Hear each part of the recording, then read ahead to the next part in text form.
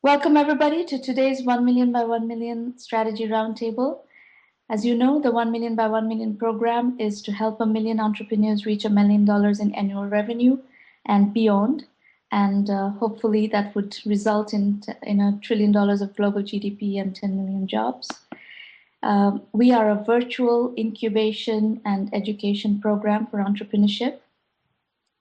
And in these sessions, these are public roundtables. In these sessions, we work with entrepreneurs and help them go through their strategy and dissect their business plans and try to help them move forward. And then I'll tell you more later on in the session about what we do in the premium program and the different types of resources that we make available to our entrepreneurs as part of the program, with which you can move forward in your journey towards success. Now, if you are live tweeting the session, please use the Twitter hashtag 1M1M. You could also use at 1M by 1M, which is our 1 million by 1 million Twitter account. And we will be live tweeting this session. The first presenter today is Irit Dabi from Tel Aviv, Israel. Irit, if you could unmute your line and come and tell us what Goodie Tag does, that would be great. Can you hear me now? Yes, we can hear you. Okay. So I'm Irit, and I'm from Tel Aviv. And my hobby is triathlon. So I'm kind of crazy. I like to run and to swim and bike. And a few years ago, while staying in the States for work, I entered my Facebook, and I realized that my friends uploaded photos to Facebook. One of my friends uploaded a photo from a triathlon in the States, and he was wearing a very nice triathlon suit. So I clicked on the photo, and it was a very nice suit, and asked him where he got it. Just a second, Irit. We can't really understand you very well. So something in either your audio quality perhaps is a little bit unclear. Is there anything you're doing in the line that you can change to enhance the audio quality? Let's see. Microphone, computer, let's see. I will try. And you tell me what happens. Let's see. And tell me when you want me to advance your slides. Wait, let's see.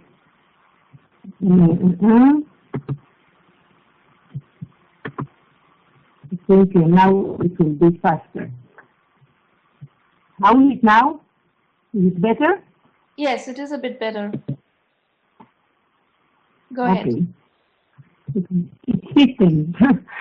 So as I said, I don't know what you've heard, but a while ago when I was living in the States, I entered my Facebook, and whatever attracted my eyes was a photo that my friend has uploaded from Malibu Triathlon.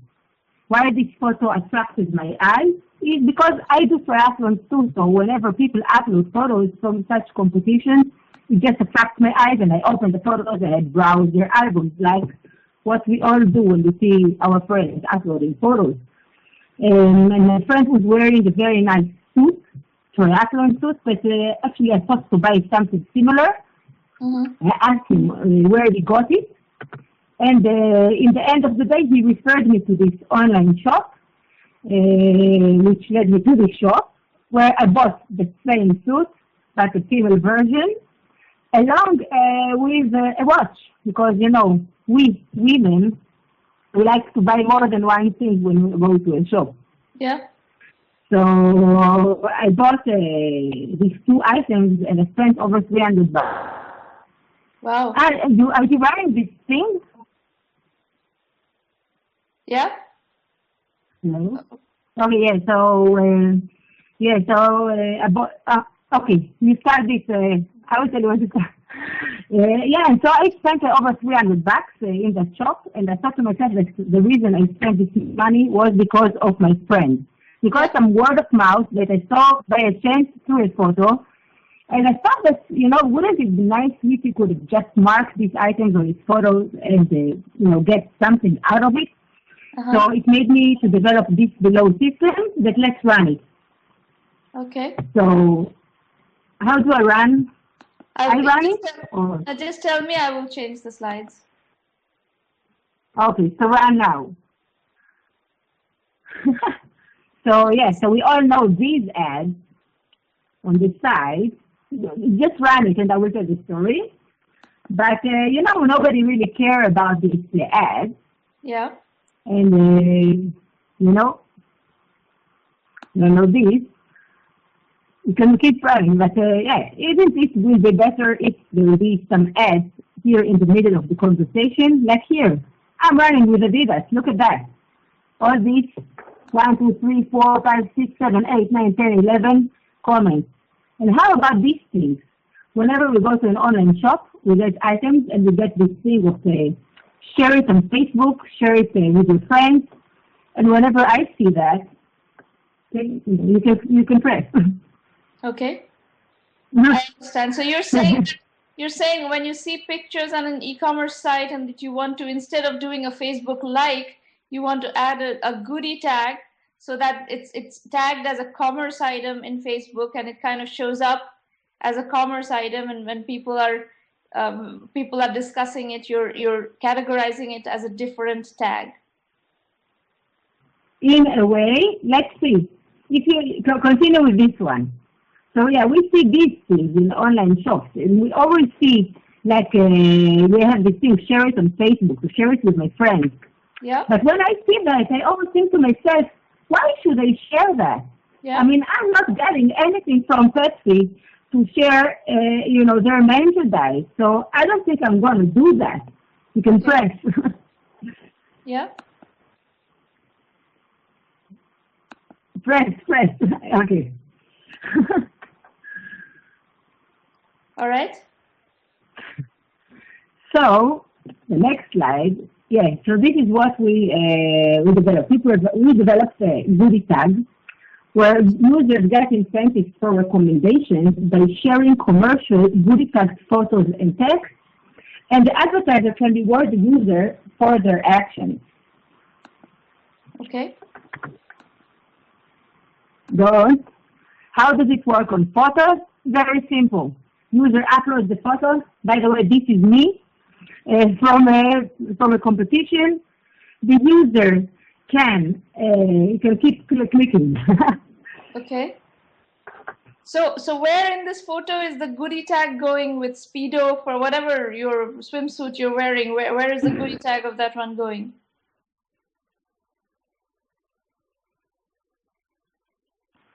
You read? So can you click? Yeah. So the user can add a commercial icon to his own photo, for example here, or if you click, I can add something like that even to my photo. The result is going to be some kind of a story on my Facebook. Mm-hmm. Let's enlarge this story. If you click. So it's basically a user-generated post. For example, here it's new collection at Speedo with some kind of a link. So it is a story, a commercial story being sold by the user in the center. Okay. So we have a picture with a commercial icon and a link and a text.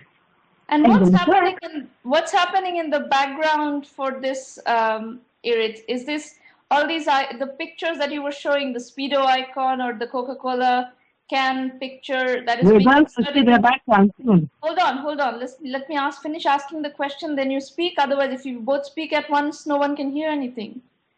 So the question I'm asking is, what is happening in the background when you have the Speedo tag, a Speedo logo, or the Coca-Cola icon coming onto the screen, onto the picture? Where is that coming from? Is it coming from goodie tag? It comes from the user, and the tag comes from the back end, and it appears in the upcoming slide. So we will see the back. How does the back end know to tag that with those pictures? You're offering a database of tags to the user at the point of uploading? Exactly. I see. Yes. Okay. And this is, these tags are basically, these tags are based on your relationships with advertisers? Exactly. So for example, Speedo, who already has quite a big database of fans on Facebook, in Speedo case it's like now about 90,000, they already have fans that likes it. Let's see here. About text, this is in Japanese. I speak Japanese actually, so here is something that nobody probably here can understand, but it's about some kind of a massage. They want me to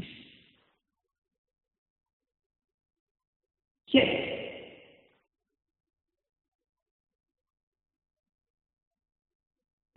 like a goodie share. You share, but you're going to get some incentive to share.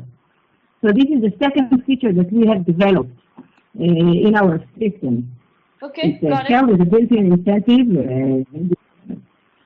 So basically, we let advertisers to create an application in 5 minutes. Yeah, I've got the concept. For example, this we've got the concept. I think we understand what you're trying to do. So talk more about business models and stuff. Okay.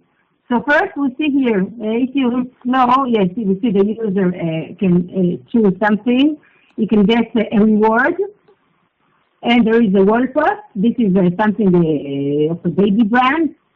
So once the baby knows that, and the user receives a reward by mail. You can get a coupon, you can get something for free, and something that is not money, but something that the user can get immediately and he likes it.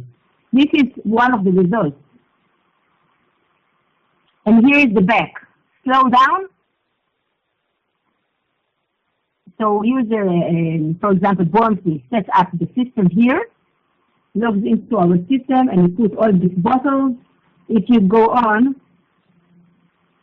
Now, Eric, who's setting up this system? Is it centrally set up by you as the goodie tag company, or is it set up by the advertisers themselves?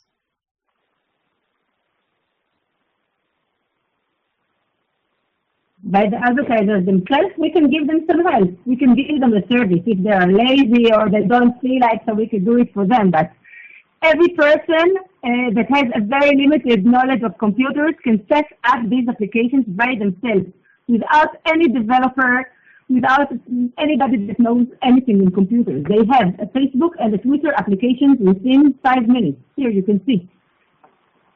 Here, for example, here is the logos. I put the logo, the incentive, the captions. For example, my baby loves born free for my baby. You can put it where it's going to be in the world, maybe only in the States, maybe worldwide. You can put the landing page. Could be an affiliate link. Okay. And here is the incentive setup. You can watch statistics about the campaign. Yeah. Very interesting. And this, for example, what we're going to do now, is you can go on running it. It's a campaign we did for Mizuno. We let users that use Mizuno upload the photos and put Mizuno logo or shoe on the photos, and these are the results. Almost 20% of the users that were fans of Mizuno were willing to put Mizuno logo or Mizuno shoe on the photo, and it was really amazing. I thought it was my pilot, and I thought that my platform is going to collect, because users really like to show off on things they do. So yeah, everybody can join this platform. So what are your questions? Free. What are your questions? What are your questions? What? What are your questions? My questions are, so I'm going to tell my business model and to see, some ideas. So now at the moment, I work on 2 business models. the one that I make the majority of Why my have you earnings, put so but I many want bills on the slides? These are, for anybody who's listening, this is not the way to put a presentation together for roundtables. It's impossible to go through this many bills. I mean, these are, I say nothing new. It's just your cosmetic stuff, and it's driving me crazy to run you through this, this presentation. And Maureen, please make a note, do not accept presentations like this for future use. I don't know, it was my first time in a roundtable online. Okay, well, never mind. So what are your questions? Sorry, I'm not going to go back to that slide. It's going to be a nightmare. So no, you don't need to go back. So what are your questions? So my business model for this company, yeah, I have business models. One is that I send application prepaid. So an advertiser, for example, Speedo, can purchase 1,000 references prepaid, and each time somebody makes a web post, it goes down. So they have no obligation prepaid application. You can change it at any time. You could put one time the Speedo logo, and the second time you could put a Speedo swing cap. You could put various logos, and you just have something off the shelf. The second model that I mainly work is affiliates. So through affiliate networks, I upload campaigns that I already get built-in coupons and built-in links. And the link that appears to the status and in the mail that the user receives is affiliated, and I make money out of that. The reason I did that, hold on, actually, Irit, just a second. Hold on. First and foremost, the point about prepaid advertising, I am not sure that the advertising industry accepts prepaid. You know, if you look at how Google AdWords or Google AdSense works, they place the ads first, show the clicks and show the performance, and then charge the user, right? There's no concept of prepaid in the advertising world. There is no what? There's no precedence of prepaid in the advertising world. Right. So I think what you it's innovative. This is important because this is going to be a cash flow issue. You know, you're going to have you can have a system whereby let's say you serve 1,000 Speedo goodie tags, and then whatever is the price point, whatever is the unit price for that, for serving 10,000 tags, you can then charge that to the advertiser's bank account or PayPal account, something that automatically gets credited to your account. You can set it up that way. That's how a Google AdWords is set up, for instance, right? But you cannot ask people to prepay for what has not happened yet. Yeah, but they do have a presence. So if a company has a tag on their Facebook that sends the users to an application that exists, it is a lot, because you know, every company that wants to do some advertising on social network, if they do it through an application, because do a like and get a coupon is already over. And the thing is that once a person likes, most of them will not unlike and like again. You've got like one time. With goodie tags, I take the existing users that already like to say again that they like, in a way. So they have a presence with my system. It's like they got a platform without money, and they have to put something prepaid in. I'm not contesting your value proposition. I was just commenting on the mechanics of how you're going to get paid. Okay. But you can work through those details. You can ask your customers. These are exactly the kinds of questions that customer validation is perfect for. You can ask your customers, are they willing to prepay for, you know, then you take basically the display advertising model where you pay ahead of time for, you know, a certain amount of display advertising, and then you basically, you know, follow the model in which Facebook advertising works, and you can try that. I don't know if that's going to work or not. You can ask your customers that, but let's go through the business model itself. So who gets paid what? So what is the incentive structure for the people who are actually pasting these goodie tags on Facebook? So the users, like me in the photo that I put with Speedo, get incentives that relate to the brand, mainly coupons. So if I put the logo of Speedo, for example, I can get 20% off at speedo.com, with some kind of a coupon code. So once I do that, I actually go to Speedo and I spend money. So Speedo makes money. So Speedo are happy. But also I'm happy because I want to buy a new bathing suit and I get a reward for it. I bought it in a discount. So it's kind of a nice ecosystem that shows a reliable advertising, because if I wouldn't like to buy Speedo, I wouldn't put the logo of Speedo in a photo. So it has to tell the world that, So you have a problem in that example, Irit, because Speedo is a swimsuit and it's a high price tag item. People, yes. even if you give them just coupons, I don't think they're going to do this like heavy duty tagging very often, because one, people don't spend money on swimsuits that often. On a Coca-Cola, that's different. I know. So the second thing we added, yeah. So that's one comment. The second thing that we did is that it's. So user doesn't get paid any of the money from the advertisement itself, the cost of the advertisement. So tell me more about exactly how how this is split up. So the advertiser pays. Do you collect all the advertising revenue, or do you have to share it with Facebook? No, I collect it. I don't share it with Facebook. Are you sure? Yes. Okay. I would check that assumption as well. Yes. But I'm sure, because I get money and I don't share it with Facebook at the moment. I think Facebook comes to you once you are very successful. For example, if you're a Zynga, then Facebook comes to you. But unless you are Zynga, they don't come to you and they say, Facebook wants people to develop applications because they want people to stay on Facebook and not on Google Plus, for example. So it's kind of a nice ecosystem. Give me a sense of how you're going to price this service.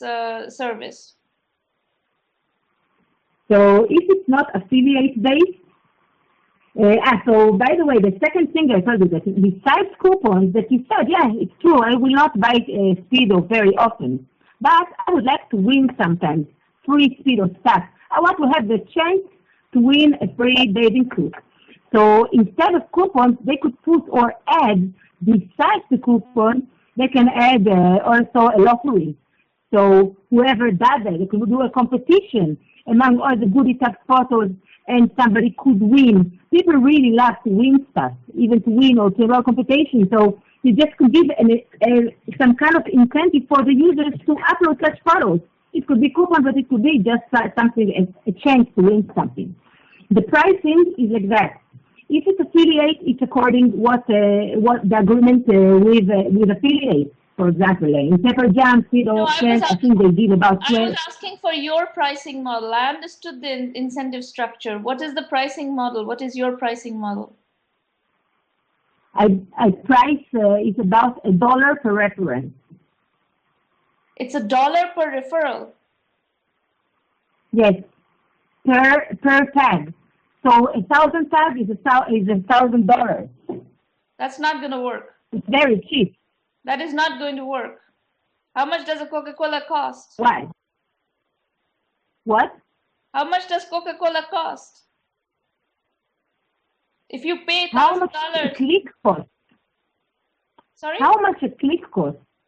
How much a click on a Google Ads cost? You know? Try to understand what I'm saying.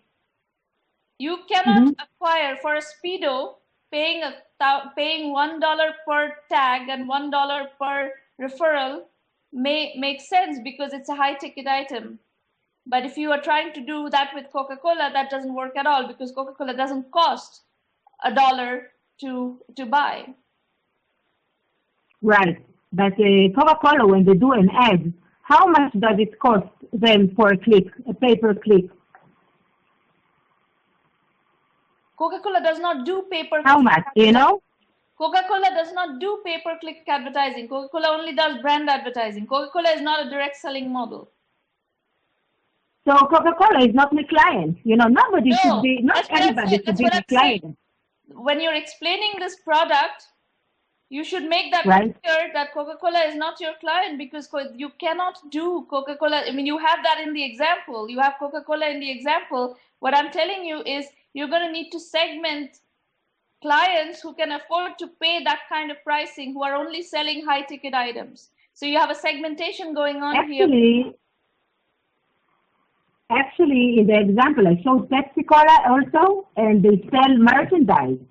So remember in the online shop, when I showed the shared pack, Pepsi have their own online shop. You can buy many Pepsi-related items in a lot of money. Actually, you buy a T-shirt in $30 in a Pepsi shop. So, you know, if Coca-Cola wants to advertise to me, they could use it for their merchandise. Maybe not for the can, but for their shirts or caps or whatever else they sell. So, you know, maybe I will not sell a can, but I will sell a shirt. Anyway, those are details that you need to work out. So I've understood. I think do you have any more questions? I need to move on to the next person. If you have further questions, you can join. You know, we'll talk about the additional resources we offer. But you have my question to do here. I think as far as market penetration strategy, I would go for high ticket items and do brand campaigns that are related to high ticket items only. If you're going to price it at that level. Okay? Okay. All right. I'm going to move on to the next person. So should I mute? Yes, please. Would you? That would be great. Okay. All right. Okay.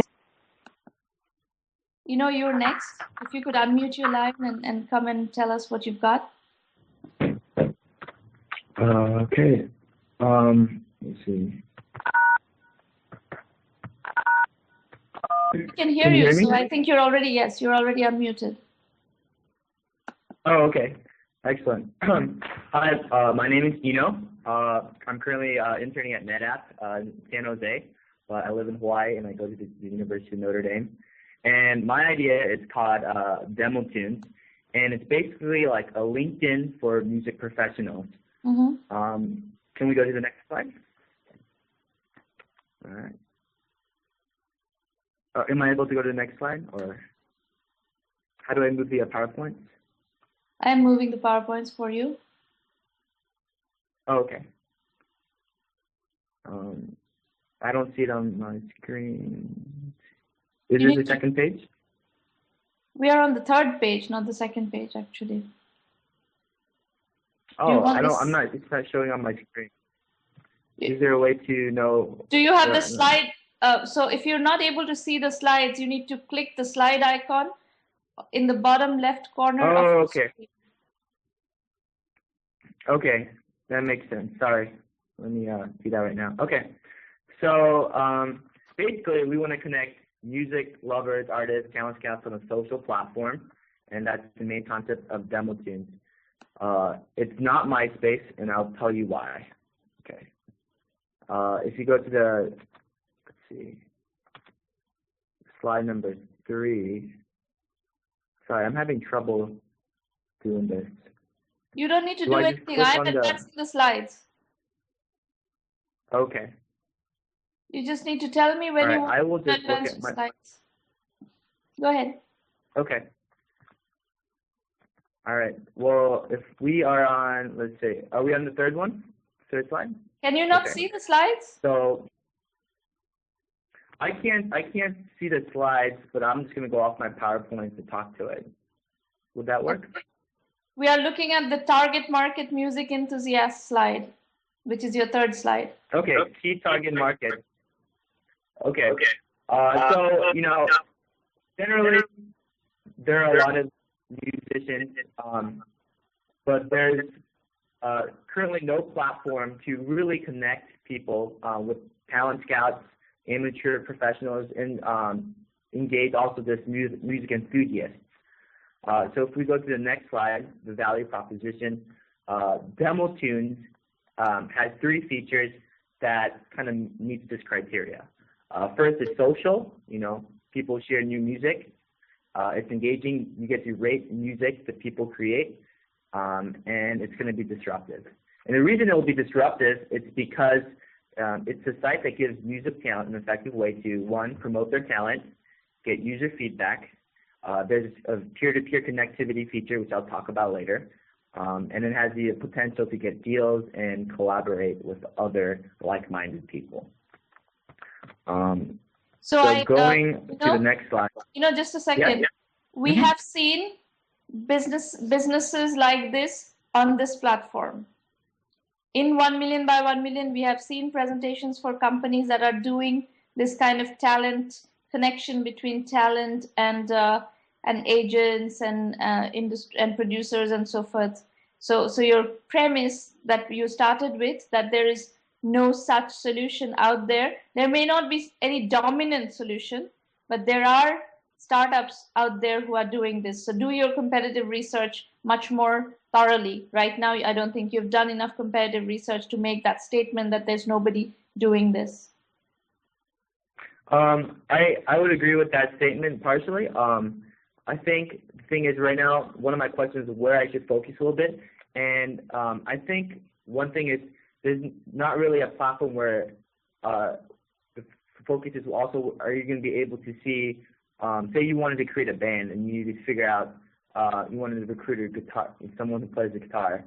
So this site allows you to rate different artists by their skill level based on the albums they upload, and then you know where they're located, their contact information, and then you can easily contact people. And it can be something just because you want to jam with someone, or if you're more serious, it allows you to showcase your talent. Yeah. So what I'm saying is, in terms of details and differentiation, obviously you're going to have to differentiate, but the fact that nobody in this space is a false statement. That's all. Oh, okay. Yes. I mean, it's music, so obviously, yeah, what you just said is very true. So we are on your value proposition slide. Which slide are we on? Value proposition. A value proposition. Okay. So the basic premise is really the social platform. It's engaging because if you like music, you want to find out what kind of songs the independent artists are coming out with. This is a way where you can click on each artist's profiles, and you can see up to 3 best albums, and you rate it, kind of like Amazon on a 5-star rating scale, or we might do an ABC rating. And it allows you to be a music critic. In the process, artists get feedback about how good their song is to the public, but more importantly is the credits feature, which I'll talk about, which every artist will have. Basically, they're going to give credit to whoever they collaborated with in forming a particular song or music tool. So let's just go on to the next slide. First of all, we've already developed the front end, so it's going to be very social. Obviously, for something like this to work, you want a lot of people, so complete social integration. The next slide is the best rating system on the planet. We're going to make it easy for people to rate songs. So you're not just going to vote people by like or unlike. There'll be something more qualitative than that. And it's engaging because people like to do that. The song and artist details shows that we're making an effort to connect it to the social media. And then in the next slide, on the song credits is where our bread and butter is. This is credits, and basically this is where other people are visible to talent scouts. One, if you look in the right corner, there's that little rating box. You can assess how good you are in talent-wise, and other people can also rate you. And so when someone say, oh, I need a drummer, they can look at all the drummers on the site. They can see how good that person thinks he is at drumming, and then you can contact them, kind of like LinkedIn, but for music professionals. Okay. Okay. Yeah. The next slide is peer-to-peer connections. And just like I was, telling you about, just like LinkedIn is, works both ways.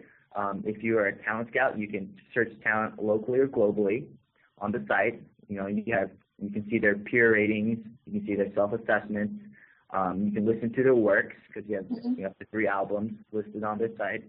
And we want to make this feature where you can audition online.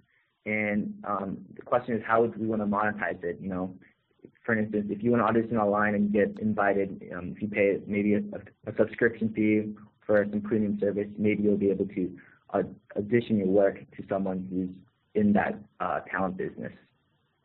So let's actually stay with that for a second, since you brought up monetization. What is your assumption right now? Who pays for this service?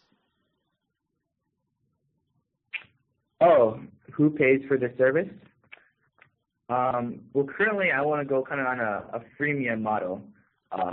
Just make it free, have people come, put their music on until you build a huge, massive audience. But a freemium model is generally difficult to bootstrap, okay? Mhm. And given the way the system works, the financing system, nobody is going to give you money just to build just on the basis of a concept. Mhm. I mean, you can get a little bit of money, maybe $25,000 from an incubator of some sort to kind of tinker around, but that's not going to get you to any kind of critical mass, which gets you to the next round of funding. That's the issue here. Mhm. Okay. So my question to you is, if you're going to do it as a freemium model, how do you propose to finance it? Well, originally we wanted to charge artists like $15 for them to be able to submit their albums and have it reviewed by a professional talent scout. But we decided that we first need a bigger user base, and just like LinkedIn, maybe have the talent scouts pay a subscription fee on their end. So, but that was one of the questions I had for you. If you trace the history of LinkedIn was heavily financed by the founders and then later by the venture capitalists before it started monetizing. It did do a freemium model, but it financed many years of red ink before it got to any kind of real monetization. So what I'm trying to give you feedback on is that the financing structure of a freemium business model warrants that you're going to need to raise money very, upfront, and typically these are companies that are financed by the founders. Okay, that's good to know. So I'm going to throw out a few ideas that we're really looking into. The option to purchase songs, because these are independent artists, they're not signed with, they're not putting their songs on iTunes yet or anything. We think there's high monetization potential via song sales, advertisement, and premium services to talent. But it's all sounding very vague. That sounds very, sorry? Very vague. Vague? Yeah, it's too vague. You haven't thought it through. So take my feedback as your framework. So my big question to you on this one is, how are you going to finance this venture? Okay. And you need to really understand how financing works, and how much time do you need to get to any kind of critical mass, and how does that period get financed? That's a question. To do a freemium consumer business like this, that is a vital question that you need to answer before you jump into this business. Okay, I think that's very important. I will definitely look into that. I understand what you're trying to do with the business. I think everybody in the room understands what you're trying to do with the business. And in principle, it sounds very good. And a LinkedIn for music professionals sounds good. It's, it's valuable and everything. But there is a catch here. and these premium businesses are difficult to finance. And I haven't yet heard anything from you to rest those concerns, get those concerns to rest in my mind. Mm-hmm. Okay. Another idea was looking at maybe dealer deals, kind of like Groupon, but with more music-oriented things. But none of that applies until you build a critical mass of consumers. And it takes time to build a critical mass of consumers around any concept, no matter what, any concept. Okay. So I guess that is one of my main questions. Currently, our team is just two. As you saw, some of the layouts, we have the front end kind of website part, but now we just need to find a developer. In terms of bootstrapping, I don't need a salary for the next 6-7 months. I have a place to stay in LA, but my question is, how do you find the right person that you need, and how long would a social website would cost to maintain until you build that critical mass? I mean, you can get by without a salary. You then need to find a developer who's also willing to get by without a salary. That's got to come from your personal network. Nobody who doesn't know you is going to work with you for 6 months, or this is going to probably take 18 months to get to any kind of critical mass. Nobody's going to work with you for 18 months unless they know you. Right? So you need to look in your network to see who has the skill sets of what you're looking for in a developer, and knows you enough and believes in you enough and believes in this concept enough to sign up to do that kind of long haul bootstrapping.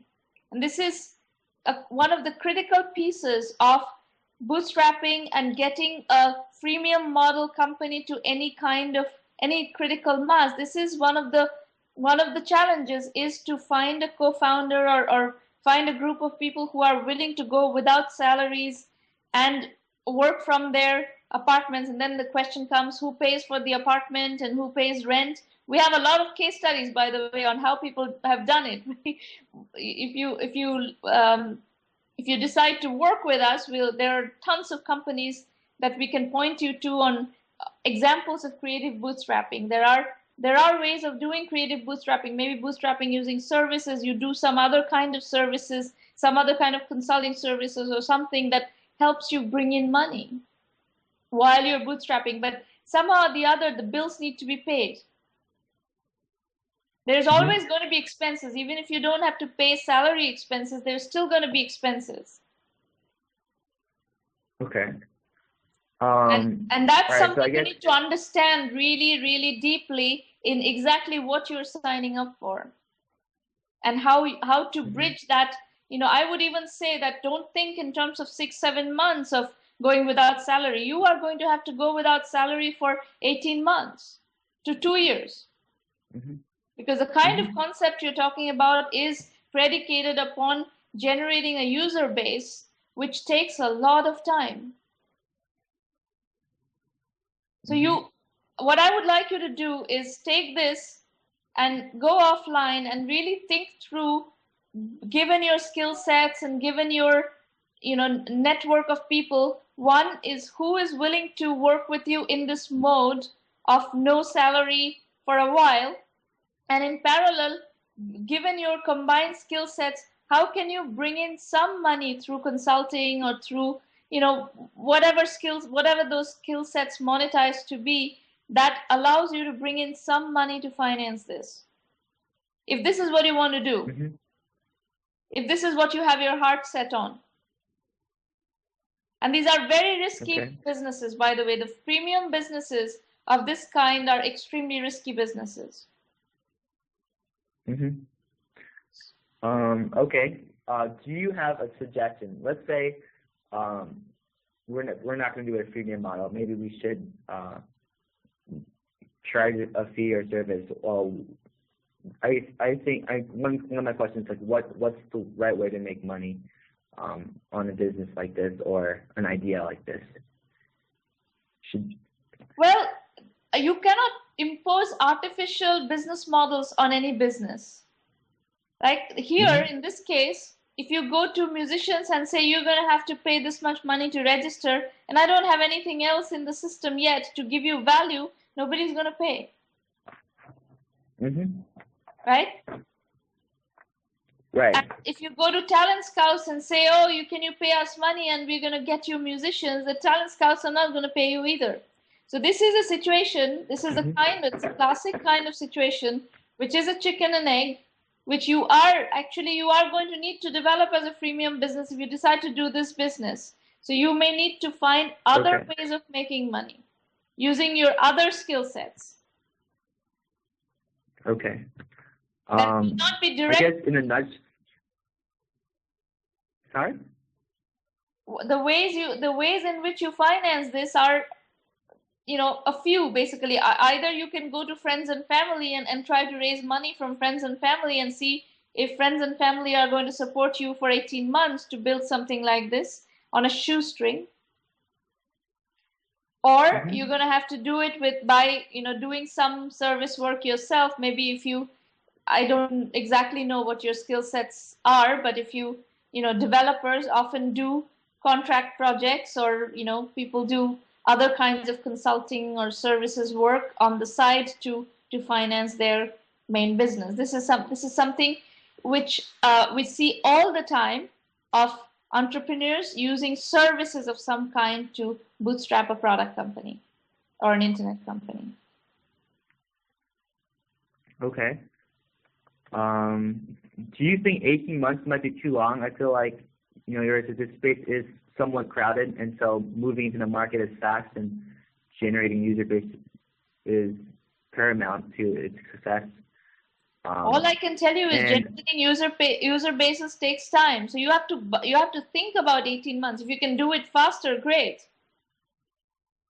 If you have a very special strategy to do it faster, that is that if you have some sort of an unfair advantage in your go-to-market strategy, in your customer acquisition strategy that lets you get to it faster, that's great. All I'm saying is that you cannot bank on that, and 6 months into the project, you see that you only have reached 20% of the target that you were setting for yourselves, because entrepreneurs tend to set targets that are unrealistic. And what are you going to do at that point? You're going to say, okay, I need to go on for another 6 months. And then you're going to go on for another 6 months. Soon enough, you're going to have 18.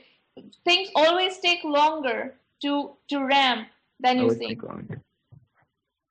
So you're going to have to plan. I mean, what I don't want you to do is, you have a PowerPoint presentation, a concept here, which has not been fleshed out to the levels of granularity that it needs to be fleshed out. And you jump into this, right now you have this NetApp internship, or is it a paid project? Is it a paid internship? Oh yeah, I'm working in finance right now. It's paid. We've been developing this over the last 2 years.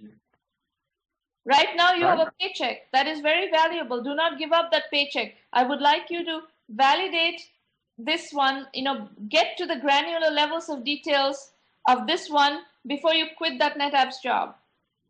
And after you detail this thing out, if you see that this is not, you have to figure out all these details of how do you finance this.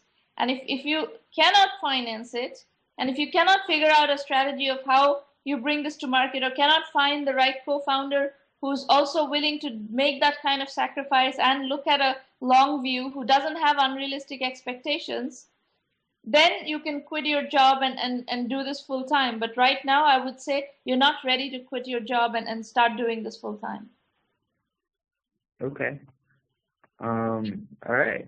And then just to let you know, we've been working on this project on the side with our full-time jobs. So the other web developer was working in LA, and so we've been able to do this in the last 2 years to go to the growing in front, and we just need someone to program it. And then I just wanted to see is this a good idea, and does it have potential? I think it's in principle a good idea if you can work out the mechanics of how to bridge the the startup phase and how to finance the startup phase, and give yourself enough runway to execute on it, it's a good idea. But the world is full of good ideas, and we have this terminology in 1 million by 1 million called infant entrepreneur mortality. A lot of companies go out of business because they haven't thought these things through.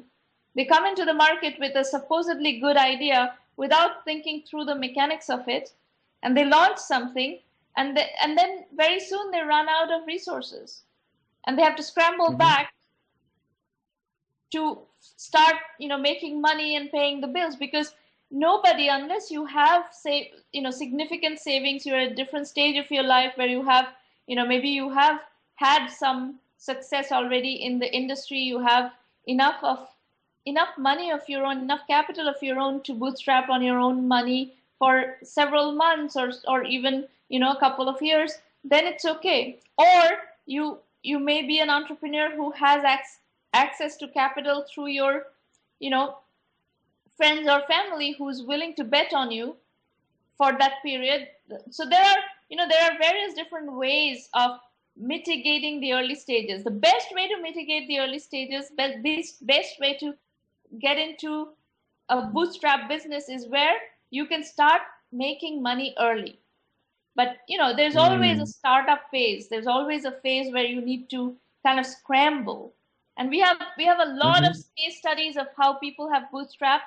Let me, why don't you, unless you have any other questions, I would like you to go on mute, and I will tell you more about the resources that you can refer to through the 1 million by 1 million program, and then see if you can use some of that to really get to the granular details of where you go with this.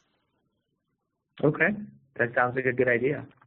All right, so go on mute, please, and for everybody, Irit and Ino, I will refer to specific things for you.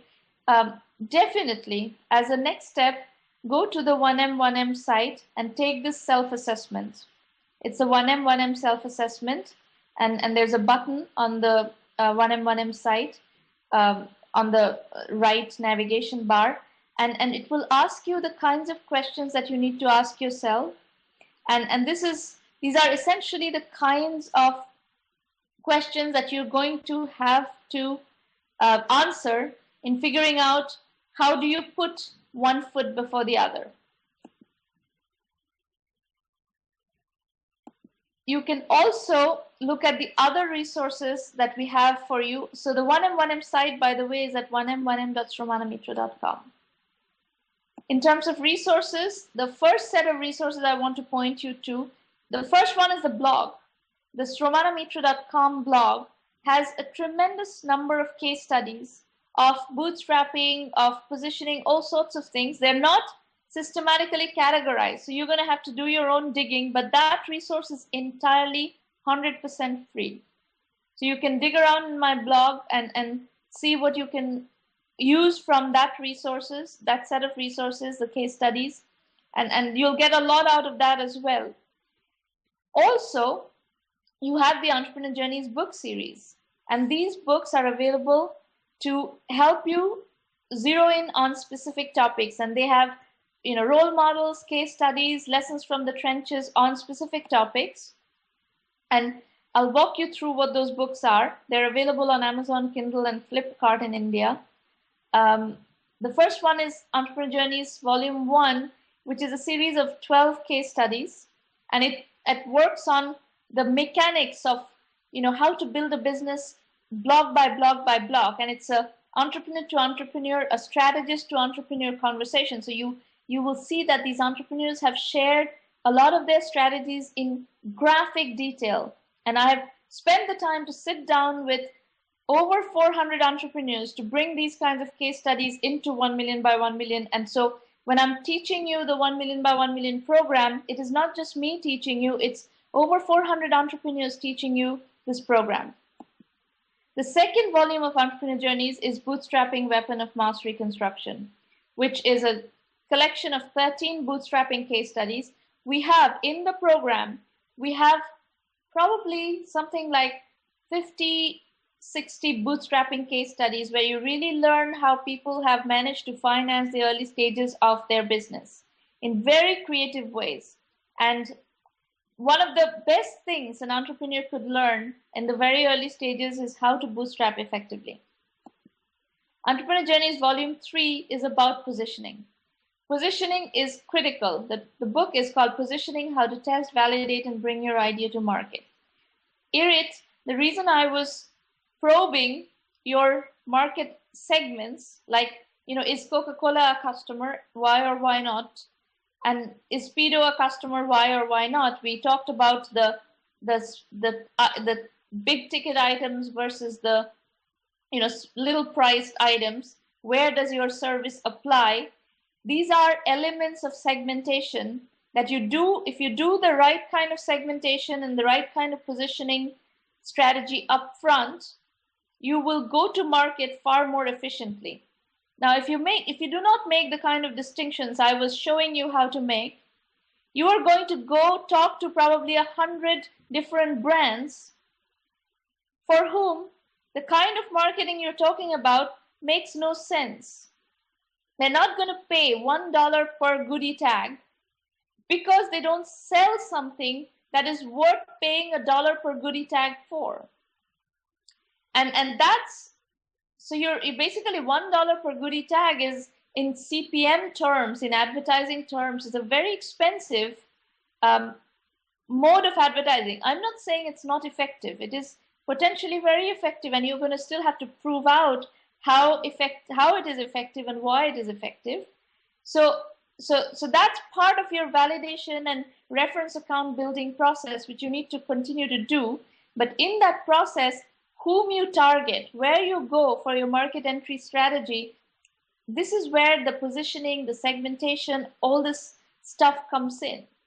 And I recommend that you do a thorough job of that, and we teach that extensively in 1 Million by 1 Million. Our mantra is do not spray and pray. If you look at the positioning book, you will see that in the prologue, I talk about this mantra, do not spray and pray.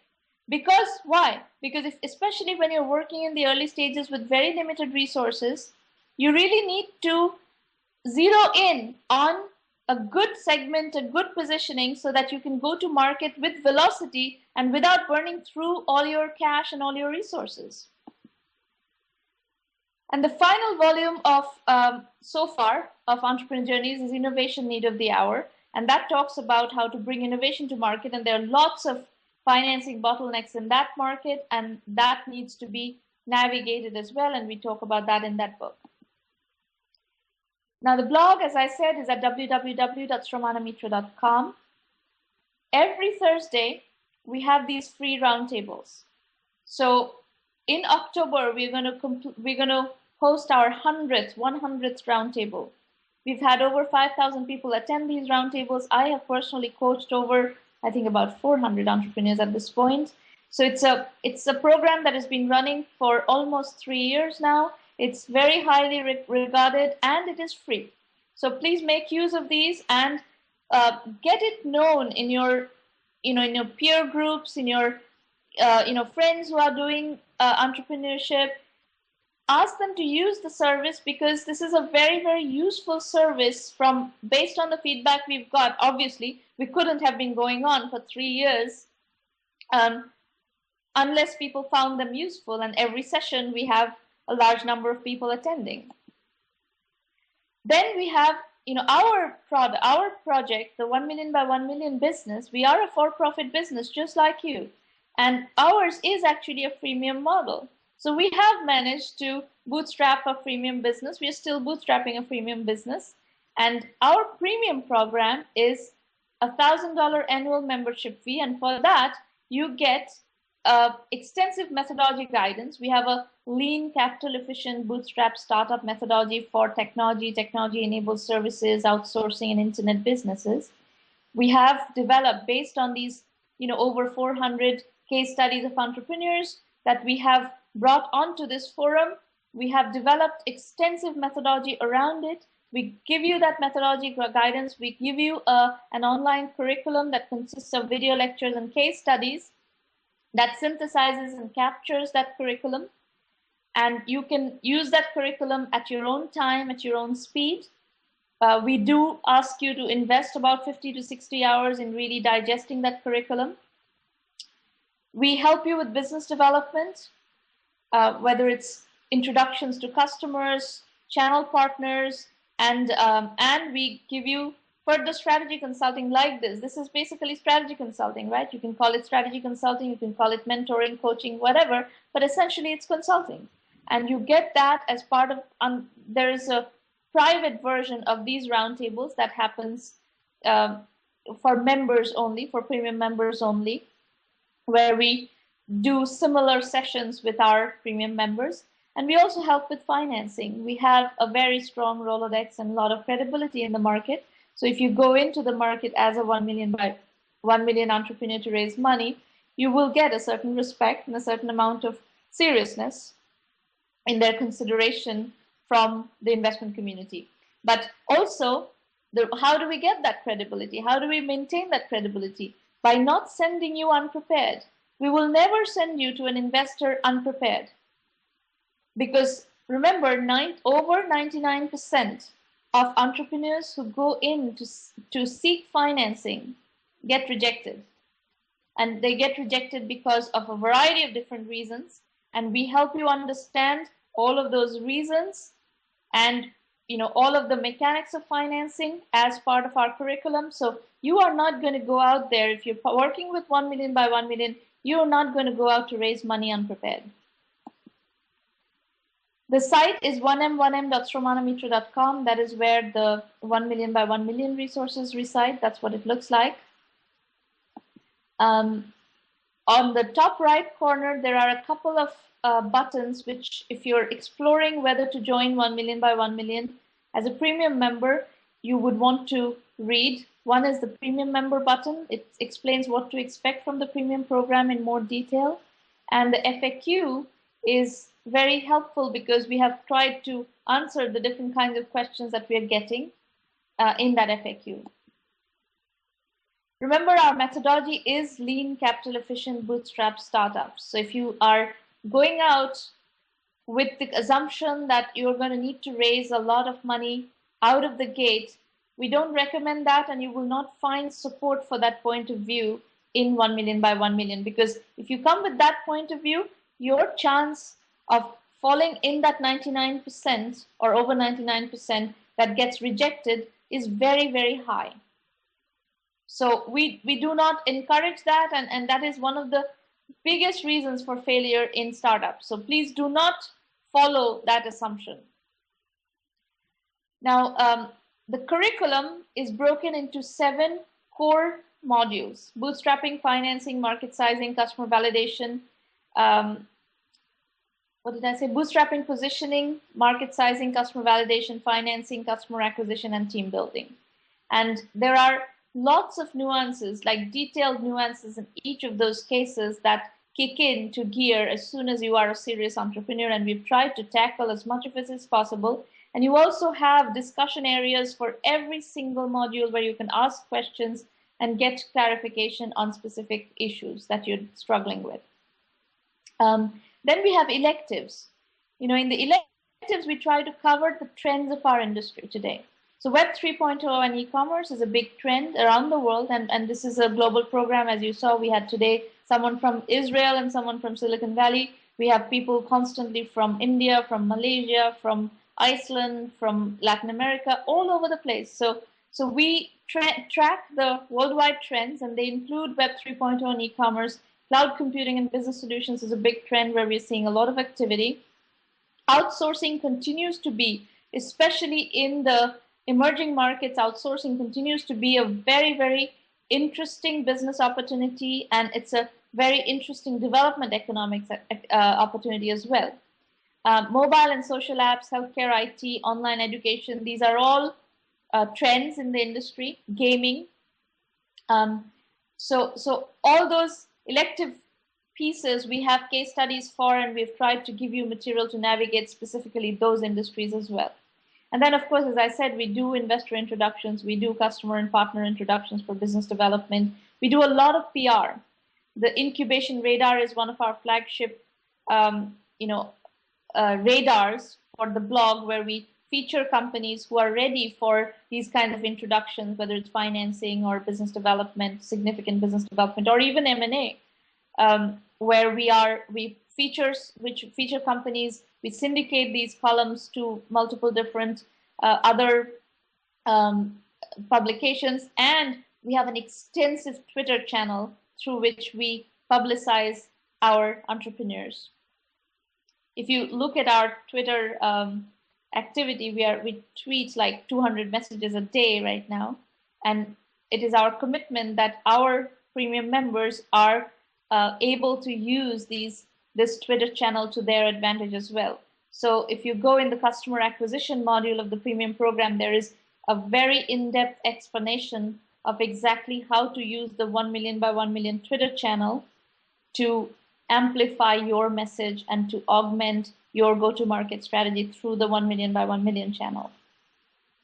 So social media is a big part of our activity, and we are building a large channel through which you can access a large number of influencers as well as customers.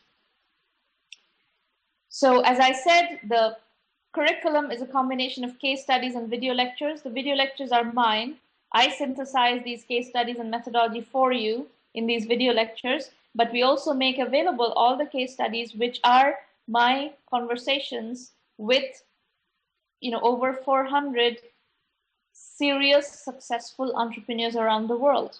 And a lot of them are obviously from Silicon Valley, so that's where it started. But today we have case studies from around the world, including Latin America, including India, including Europe, everywhere basically, and way outside Silicon Valley, all over the United States, where we have been able to capture the success factors of different entrepreneurs and synthesize them and make them available for you.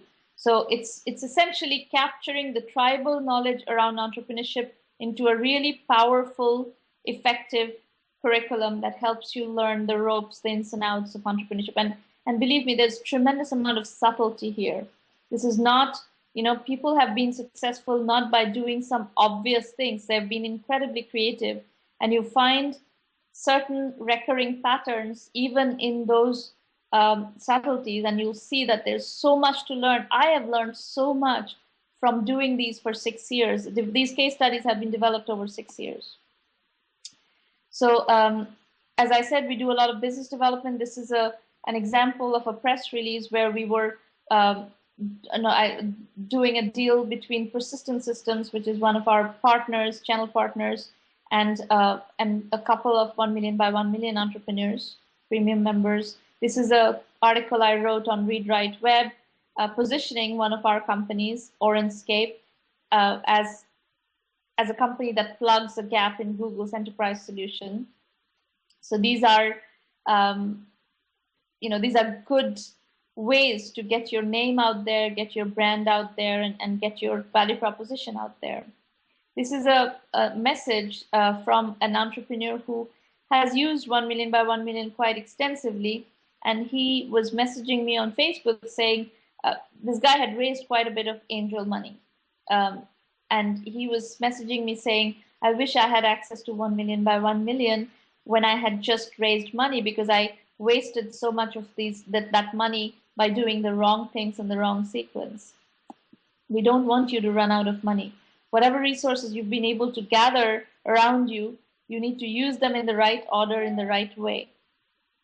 We also work with a lot of incubators, by the way. So if you are if you're interested in getting into an incubator and you want to prepare to get into an incubator, and some of these incubators are giving out serious amounts of funding. Like one of the incubators we are working with right now is getting ready to launch a $100,000 grant for about, about $100,000 worth of financing for about 10 companies. Another one is looking at giving $100,000 to $400,000 in financing to a set of companies. So some of these incubators are basically acting as seed financing. And again, incubators also reject 99% of the deals that they get. So all of this whole seed capital network needs to be navigated, and you need to prepare. That we kind of the terminology we are using right now, and if you look at my recap column from last week's roundtable, I talked about pre-incubation. What we are doing to some extent in the 1 million by 1 million program is pre-incubating you guys, because nobody, no incubator, no investor, no seed capital company wants to work with entrepreneurs who are just not ready yet. They're in that, even, you know, by industry terminology, in that pre-incubation stage. We are willing to work with you in that pre-incubation stage. And that's, you know, so we do incubation and pre-incubation, and we are the only company, I think, that actually is willing to work with you with the absolute raw early stage people. I will be speaking next Thursday at the Silicon Valley Commonwealth Club, and the URL is on your screen. It's Thursday, August 11th at 6:30 p.m. And those of you who are in Silicon Valley and would like to meet me in person, there are 3 particular issues that are on the table for this meeting. Commonwealth Club, by the way, is a very important gathering. Commonwealth Club, Churchill Club, these are institutions in Silicon Valley. So there are 3 things I'm going to be discussing at the Commonwealth Club meeting next week. One is the evolution of capitalism. So for those of you who are familiar with my writings, you probably know that I've written quite a bit about capitalism's fundamental flaw as a Forbes column, and then I went on to develop the capitalism 2.0 concept. So 1 million by 1 million is based on my capitalism 2.0 economic theory. And so this meeting, the Commonwealth Club meeting, will include discussion about that and the genesis of 1 million by 1 million. I will talk about 1 million by 1 million as well. And I will be talking about Vision India 2020, which is a book that I wrote, which we haven't really talked about. Let's see. Do we have a Vision India 2020 slide? Yes, right here. So Vision India 2020 is my 5th book. It consists of $45 billion business ideas. And it's written as business fiction set in 2020, reflecting on having built these 45 companies. So there's a lot of strategic nuances fleshed out in this book. And essentially, I would love to see entrepreneurs execute on these ideas. So I am working on 1 million by 1 million as a business that we are executing on. I will not have probably time in my lifetime to do another $45 billion businesses. But these are businesses that speak to specific problems relating to India and to some extent to the emerging markets around the world. So these ideas would, in many cases, translate to a lot of the emerging markets around the world. And we encourage entrepreneurs to take these up and build on them. And in fact, we do have a module in 1 million by 1 million to help you implement on Vision India 2020 ideas. So our 100th roundtable is coming up on October 6, 2011. We'll do something special for that. And the upcoming roundtables this month, one is next week, August 11th at 8 a.m. Pacific time. All the roundtables are at 8 a.m. Pacific time. August 25th is the other August public roundtable. And then in September, we have 5 roundtables. Every Thursday, essentially, we have roundtables. So please feel free to use these roundtables for your benefits, ask your friends to use them as they're developing their own entrepreneurial agendas. And that's pretty much it. If you have questions, I'll open up the public chat. You're very welcome to ask questions in the public chat. And by the way, we work with a lot of partners, as I said. Our media partners are Read Write Web and Your Story, Business Insider, and a whole host of others. Microsoft BizSpark, we've just done a big project with their India Startup Challenge grant. We work with alumni associations. Actually, MIT, of course, is my alumni association, so we work with them. Startup America Partnership is something we're working with. We work with various chapters of TIE, Chennai, Mumbai, Delhi, and a host of others, actually. MAD Incubator is just one of the incubators we're working with, Persistent Systems, Indian Angel Network, so on and so forth. So the final actually interesting thing that I should talk about is that we do have an affiliate program. So if you are an entrepreneurship advocate, maybe whether it's an incubator or an entrepreneurship media company, or you have a good website catering to entrepreneurs in your community, and you want to bring the 1 million by 1 million program to them, we have a very well thought through and very easy to implement affiliate program, and we offer 10% affiliate commission to our affiliate partners. Yesterday on Twitter, I found a very interesting group, a website, a web community, online community of entrepreneurs that is going out of business because they didn't put in place some sort of a business model. And it's such a shame because we didn't know about them. If I knew about them, we could have got them to become a 1 million by 1 million affiliate, and I suggested it to them, but I think they're kind of at a point where they're ready to close shop. This should not happen. This is why I actually created the affiliate program, is that if you are advocating entrepreneurship through a media business or an online platform or portal or something, you should be able to monetize that using the 1 million by 1 million affiliate program, and we want you to make money so that you can support your activities of evangelizing the program. Now, we do have a Facebook poll, by the way, for those of you who are looking at our Facebook page. Let me find that for you. Here we go. You can go and vote for your favorite company today, and you can also get your friends to come and vote for you. And in the meantime, let me look through the group chat if there are any interesting questions here.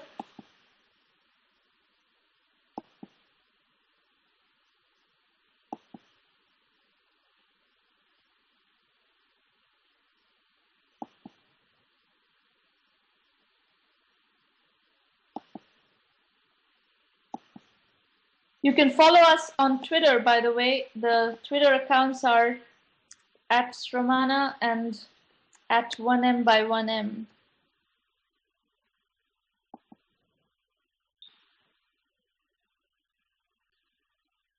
So I don't see any questions, looks like, and if you don't have any questions, we are ready to wrap up the session.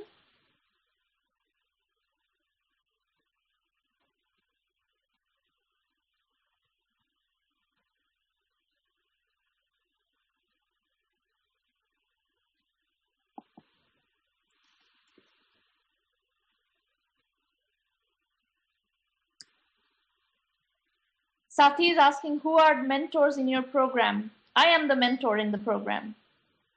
And we use a scalable mentoring model, Sati, that we have 3 years worth of questions from entrepreneurs, which have been turned into an online curriculum. So we use that curriculum. Supposing you come and ask me 3 questions, the chances of my having heard those questions before are very, very high, because we have coached so many entrepreneurs in this mode. This is a mentoring session, So the chances of my telling you that here are 3 modules in the curriculum that you need to go study to answer your question is a very good, way of a scalable mentoring model. And in fact, what we've done is for every single of those issues that we encounter, we have created not only lecture modules, video lecture modules, we've created case studies supporting those questions. So you'll see a lot of really high value activity, but it's a slightly different mentoring model. These are regular mentoring sessions, but it's a mentoring session that allows other people to listen to it, right? Both in the public roundtables and in the private roundtables. These are not one-on-one mentoring sessions. We have like 3 or 4 or 5 people in the session, actually in the interactive mode, but we have a lot of people listening, and you learn by listening to these mentoring sessions as well, because everybody who's listening has some similar issues. Segmentation, for instance, is an issue that every entrepreneur needs to deal with. So looking at and listening to how segmentation issues are dealt with gives you perspective on how to segment your own business. So that's a very long answer to your question, but does that answer your question, Sati?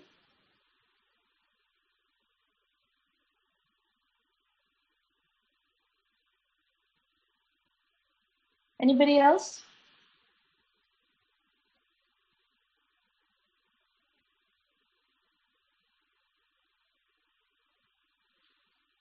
while we're waiting, I'm going to also comment on one other point about mentoring.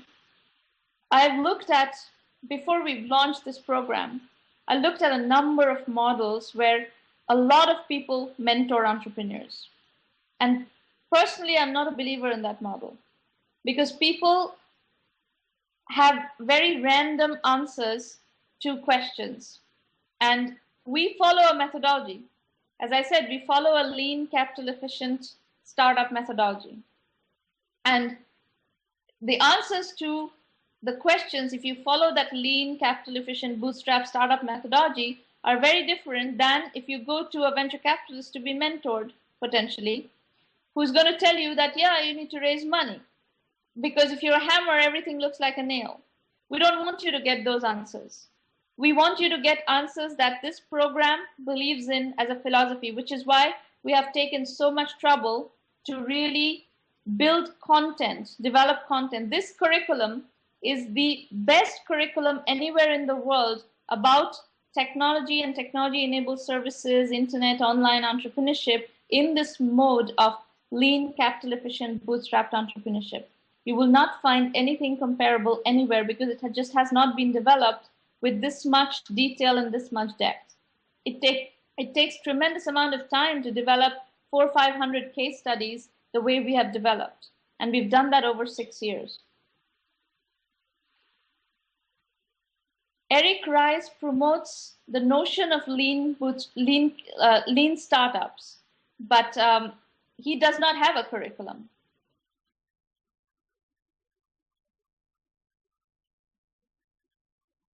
In philosophy, I think Eric Rice believes in the same philosophy that we do. So does Steve Blank. So does a lot of Silicon Valley these days, because we have finally come to a point where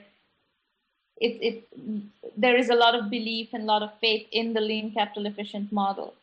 And that is what is being followed today by savvy entrepreneurs. So it's not that we've developed this in vacuum. It's based on listening to these case studies, listening to what has succeeded, listening to what has worked. And then what we are doing is basically putting you face to face. Like today, Fani Sharma is in the room. He is the founder of Redbus. Redbus is one of our case studies. Fani and I had an extensive conversation over an hour and a half to trace in gory graphic detail exactly how he bootstrapped the early stages of Redbus. And that case study is available to you. If you read that case study, you will feel like you are sitting in the same room with Fani, because it's really gets into the details of his journey, his entrepreneurial journey. But to sit with entrepreneurs for an hour, hour and a half, 2 hours in some cases, and develop hundreds of case studies takes years of your life.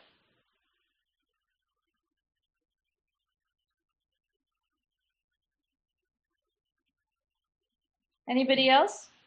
Yes, Fani is a great inspiration, no doubt. And every single entrepreneur, by the way, you will see profiles in our case studies are great inspirations. And there is that inspirational element built into the 1 million by 1 million program, where you have the energy and the inspiration of all these entrepreneurs who have come before you, sharing their stories and teaching you their secrets. And that in itself is extremely inspiring and extremely, provides a tremendous amount of moral support in your entrepreneurial journey.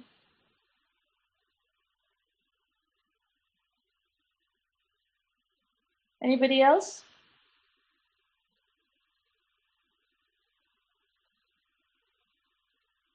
All right, folks, looks like there is no other questions. I would like to thank our technology partners, VView, who host these roundtables and make this extremely rich media technology platform available for us. And they've been doing it with us for a long time. The entire premium curriculum is built on the VView platform, both our lecture series as well as the live roundtables like these. So thank you, VView. Thank you, Bharati, for hosting these roundtables with us.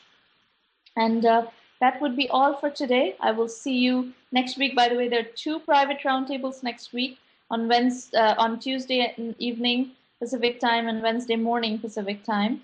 And then there's a public roundtable on Thursday at 8 a.m. Pacific time. Bye, everybody. Thanks for coming.